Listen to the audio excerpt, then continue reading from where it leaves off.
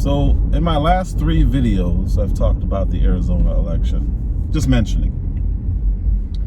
Kari Lake started out winning. Then they said she was losing. Then they said she was winning, and now they say she lost. And we're calling it. There's only 2% of the vote left. She doesn't have enough. There's not enough votes left to count for her to win. Now, the Democrats have started out all of these elections in these swing states ahead. How is that happening? Vote harvesting or ballot harvesting. Okay. Ballot harvesting. This is the term for when a third party, usually a campaign worker or activist, goes to people's homes and collects their ballots. With ballot harvesting, you don't even have to put your ballot in the mailbox. Vote harvesters will pick it up for you. The opportunities for mischief, say pressuring people to vote a certain way, destroying ballots, or filling out ballots for those who didn't bother to vote, are endless. Vote harvesting that targets senior citizens for their ballots even has its own name: granny farming. There are...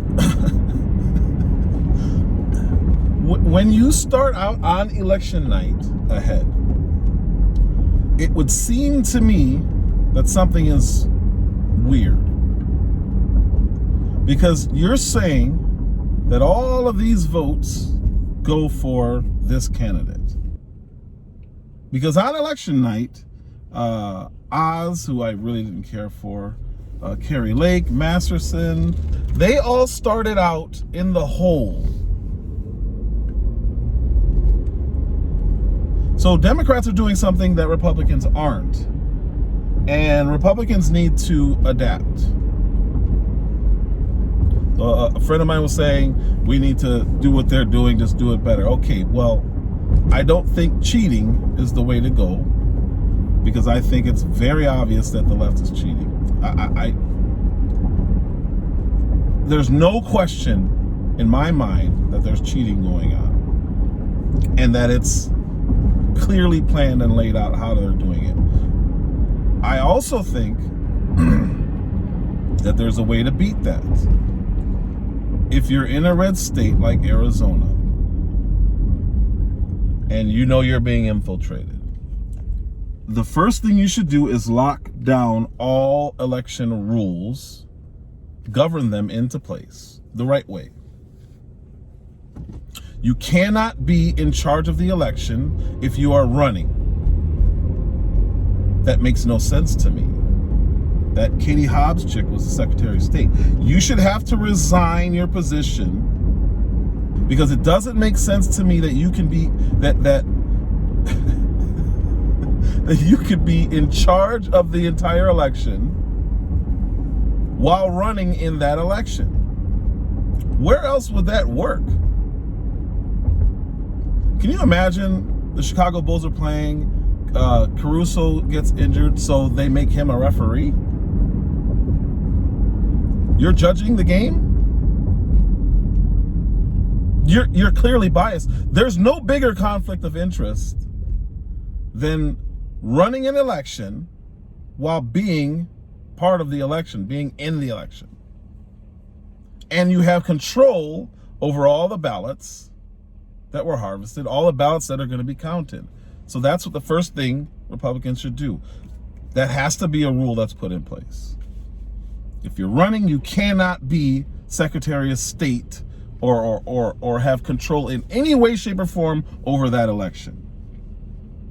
6 to 8 months at least, or whenever you declare.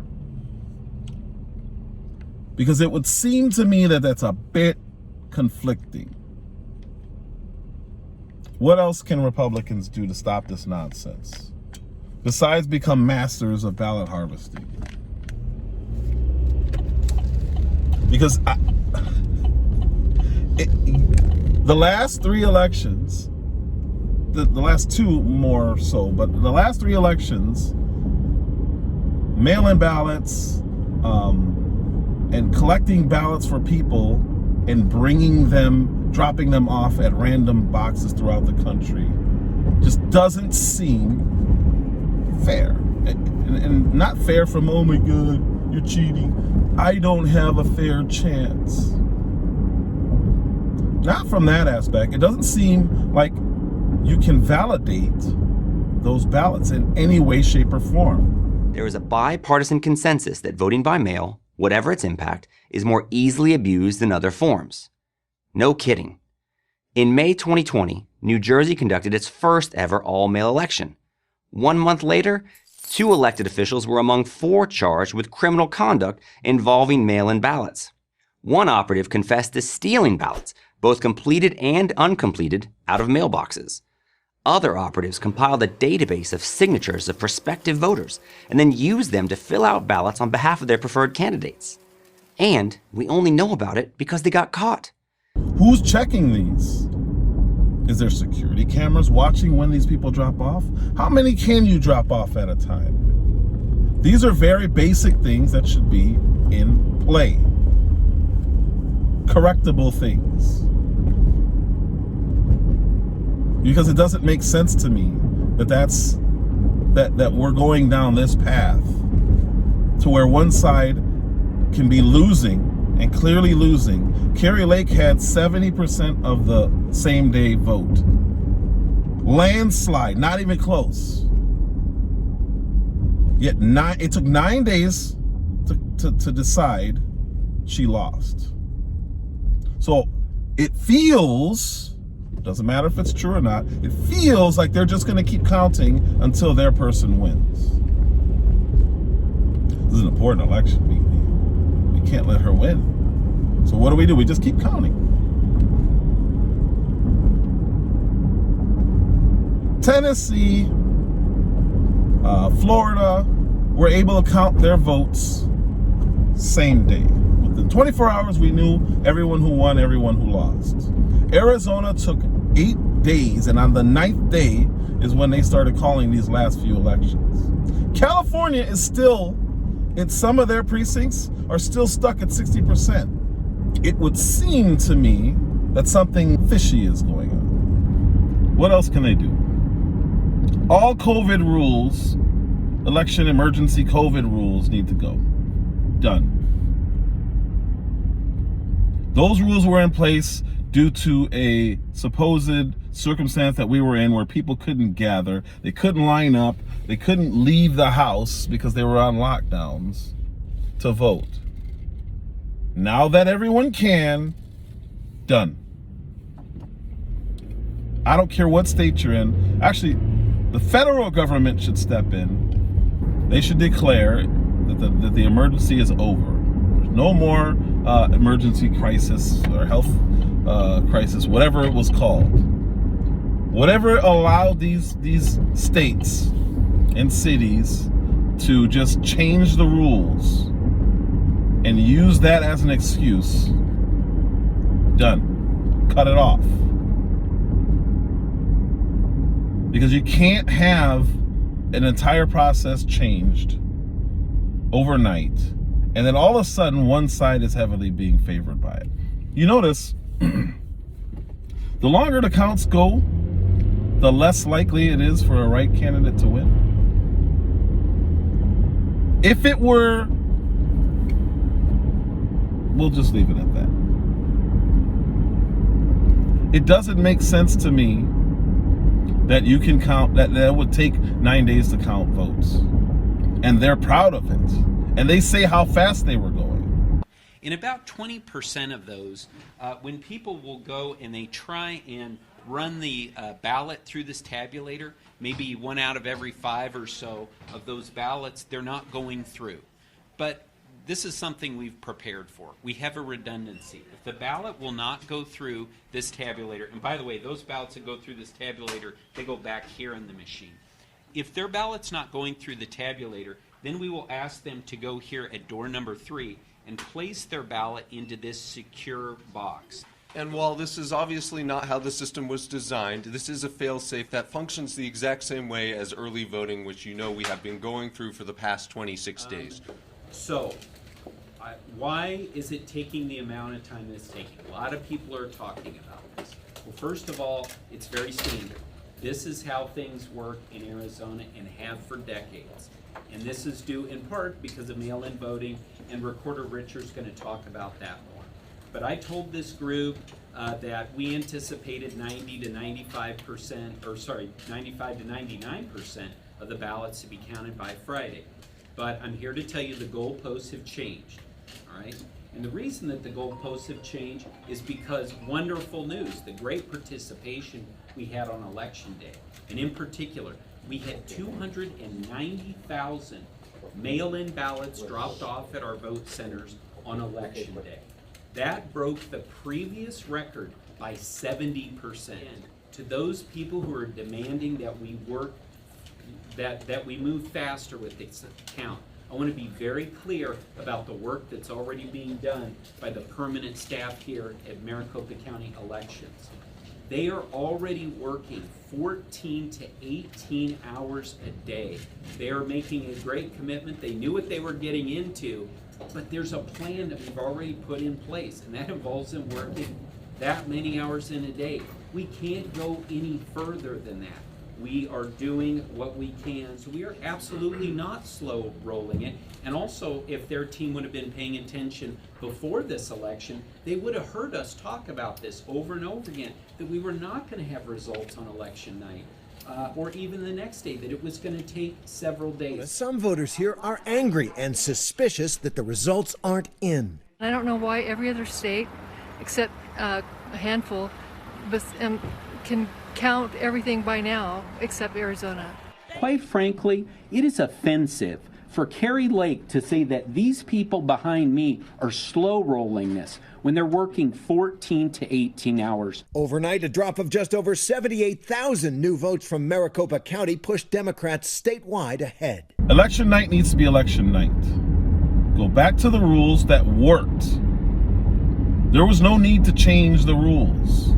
I said it before, American Idol can count tens of millions of votes over a week span. They can count millions of votes in real time. Is it perfect? No, of course it's not perfect. Nothing's perfect. But it's definitely better than taking 8 or 9 days to count votes and then celebrating how good you did, how good of a job you did. Complete incompetence. And no one rewards incompetence better than the government. It makes no sense. Arizona's proud of the job that they did. I really hope this is the end of that now. We can be patient. That's how bad the people are at their job. They are proud. It only took 9 days. We thought it was going to take 14. That's insane. Election night is when everything's supposed to be done. They got a room full of ballots and about 8 geriatric. All right, I'm not going to insult the people counting the votes, but you have a few people counting all these votes. Are they verifying the signatures? Are they checking the dates? What are they doing? Well, this one doesn't have a date, but no, there are rules. So again, lock down the rules that you should be operating by and then hold the people to them. Everyone voting has this expectation. Can you imagine if you're waiting in line and you haven't voted yet? The election gets called for one of the candidates. You're gonna be like, well, what kind of process is this? I haven't even finished voting. It's 7 o'clock and my deadline is 7 o'clock, or depending on where you are, whatever the deadline is. I haven't even voted yet and they're calling the election. How many people are like me, still in line, and they're saying my vote doesn't matter? They should start counting, but all this projection stuff, I just don't see. I don't see how that makes the voter comfortable with the process. We have called it. What's the percentage of votes in? 36%. How about you let it play out? Because what we had in the last 2 elections is early projections, and they call it for a candidate, and they say, oh, wait. We didn't know there were still 3 pallets of ballots to be counted. Oh, really? Since you're calling it for a red candidate, now you found more votes. It's absurd. It really is. So now that they've won these elections, the right needs to say, all right, we screwed up. How are we going to fix this? And do the things that I just said. Because if they don't, they're never going to win another election. Because the media is not even willing to talk about how did we get this wrong?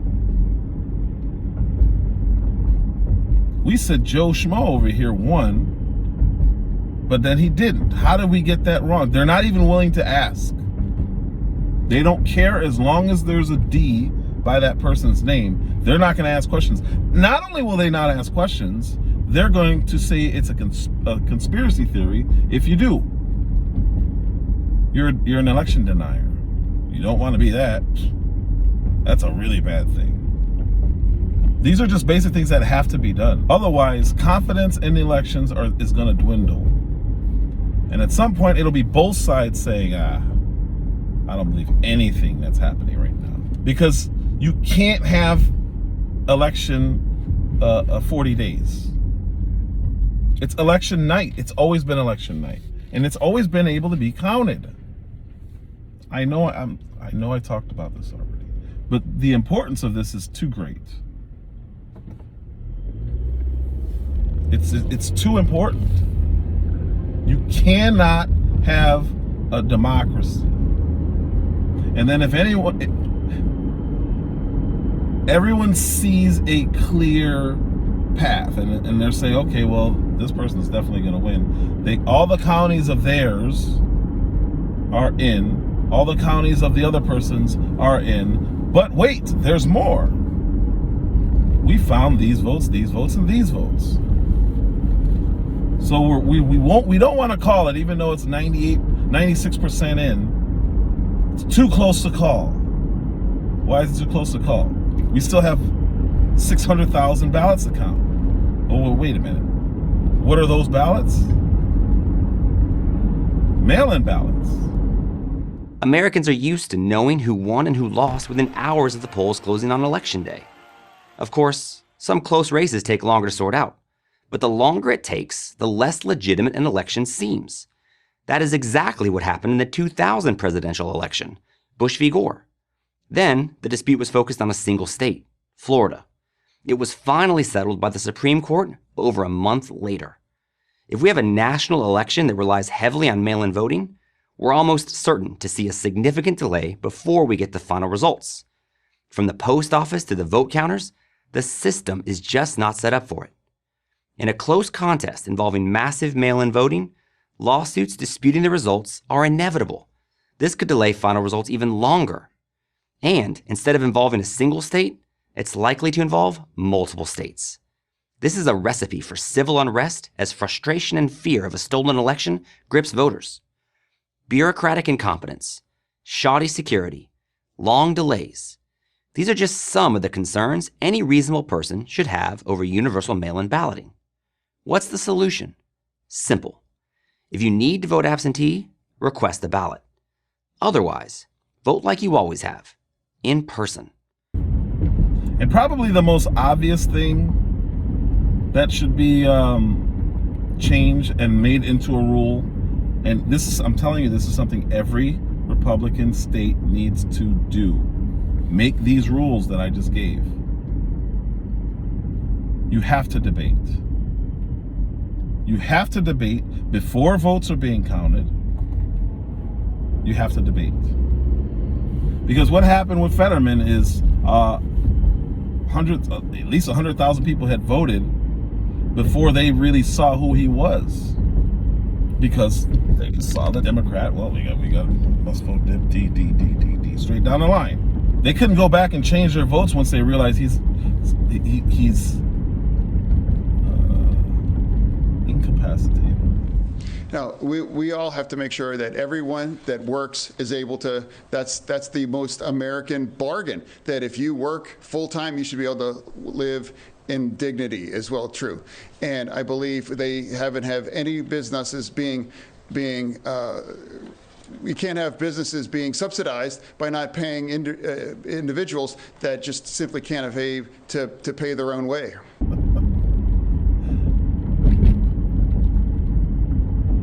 They couldn't go back and change their vote. They had already voted.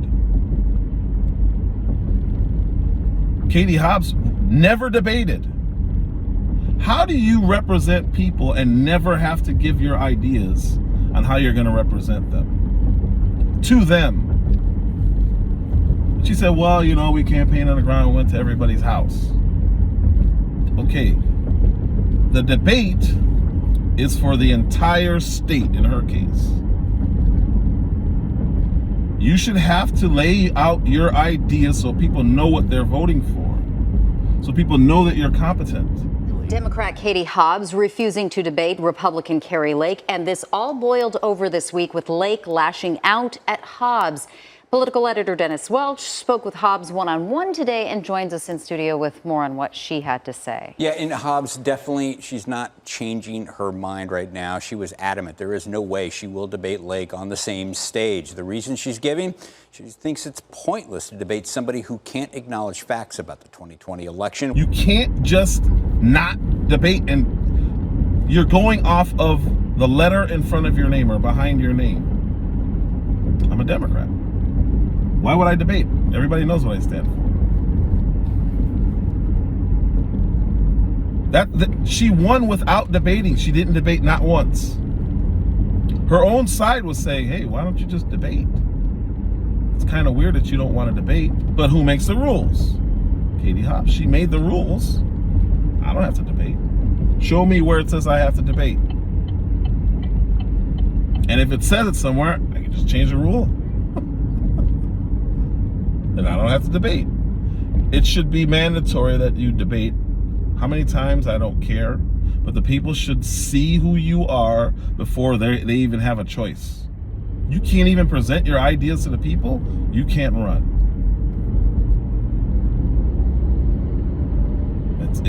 I mean, you can't get a job without a job interview. So why can she go out and not interview?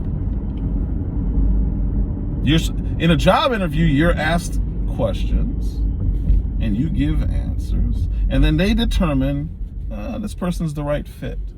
That's what a debate is. She didn't show up for the debate and still got the job. How does that look to the other candidates? It's absurd. So now that the left has won, Nancy Pelosi, gone. She took her last few jabs, said she served the last 3 presidents, so she didn't have to include Trump.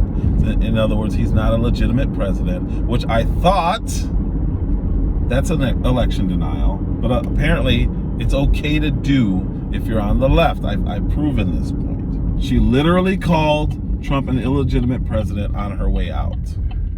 She's fired. She's done. When I first started making videos, is May or June, something like that. Anyway, I put out a video called Black Replacement Theory. And the idea was, at that time, everybody wanted conservatives, all conservatives, to denounce white replacement theory. Because it was a racist thing, and white supremacists believe that the government is trying to replace them with other demographics, blah, blah, blah, blah. I made the video saying I agree. And not only do I agree, I think black people are the ones who are being replaced. They don't believe in walls. They want to defund border control. Actually, I think they want to get rid of border control altogether. They don't like ICE. They don't like immigration policy to stop people from coming in. So this theory says that the Democrat Party wants open borders. I mean, I don't even think they would disagree with that. to be honest with you. They wouldn't want to say it that way because of how it sounds, but I don't think that they would disagree overall. They want to let as many immigrants in as possible. And I'll say illegal immigrants, because they don't care if you come in the right way or not. They just want more in, more in, more in. They know that their policies have consistently destroyed major municipalities, and they need a new block of people to vote. I've been saying this for years. I am 100% convinced that they're trying to replace the black vote. To me, it seemed pretty obvious. And in that video, I laid out how I believe they were doing it. Because again, everybody at that time was saying, you need to denounce white replacement theory. So of course I went against that. Chuck Schumer, 8 or 9 days after they finally determined that they're the winners of the election, literally admitted to my theory. Now more than ever, we're short of workers. We have a population that is not reproducing it on its own with the same level that it used to. The only way we're going to have a great future in America is if we welcome and embrace immigrants, the dreamers, and all of them, because our ultimate goal is to help the dreamers, but get a path to citizenship for all 11 million or however many undocumented there are here. Everyone who's here, 11 million people, we need to just make them all citizens now. Perfect. The walls are closing in on this election stuff. They can only cheat like this for so long. I'm sorry. They can only win like this for so long. The rules are going to be changed. It is under a magnifying glass the size of Chicago. Everyone's starting to say, all right, this is ridiculous. So they know that the rules are going to be changed. So what do? We got 11 million illegals, and we want to just make them all citizens. Why would he want to do that? First of all, that number's been disputed for a long time. Remember when they were saying, oh, it's only about 3 million? And the right's like, no, it's closer to 15 to 20. So now he's come up from 3 to 5 million. And he's saying, all right, well, maybe there's 11 million. Let's legalize them all. Why would he say that? Because it would seem to me that he validated white replacement theory. Should it still be denounced? Or does it depend on who's saying it, that it needs to be denounced? Chuck Schumer admitted that he wants to legalize 11 million people not from here just because. Just because of what?